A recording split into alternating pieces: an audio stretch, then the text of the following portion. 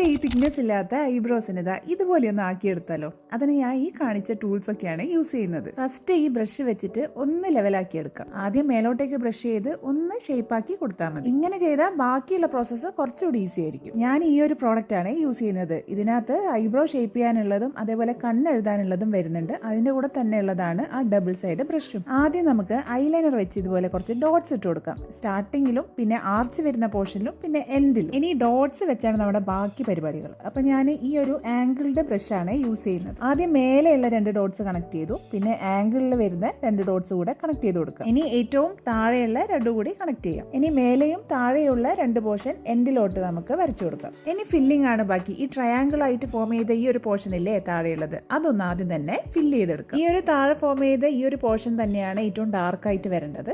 അതിനുശേഷം മേലേക്ക് ഒന്ന് ഇതുപോലെ ഒന്ന് ഫില്ല് ചെയ്ത് കൊടുത്താൽ മാത്രം മതി. ലൈൻസ് വരച്ചതിന് ശേഷം ഷെയ്ഡ് ചെയ്യുമ്പോൾ പിന്നെ പ്രോഡക്റ്റ് എടുത്തിട്ടേ ഇല്ല. ആ ലൈൻസിനെ തന്നെ ഒന്ന് ഷെയ്ഡ് ചെയ്ത് കൊടുത്താൽ മതി. അപ്പം ഞാൻ 2 ഐബ്രോസും ഒന്ന് റെഡിയാക്കി എടുത്തിട്ടുണ്ട്. നാച്ചുറൽ ഫിനിഷ് കിട്ടാൻ വേണ്ടിയിട്ട് സ്റ്റാർട്ടിംഗ് പോർഷൻ ഇതുപോലെ ഒന്ന് റബ്ബ് ചെയ്ത് കൊടുത്താൽ മാത്രം മതി. റിസൾട്ട് ഇതുപോലെ കിട്ടും. അപ്പോൾ എല്ലാവരും ട്രൈ ചെയ്ത് നോക്കൂലേ. Follow for more.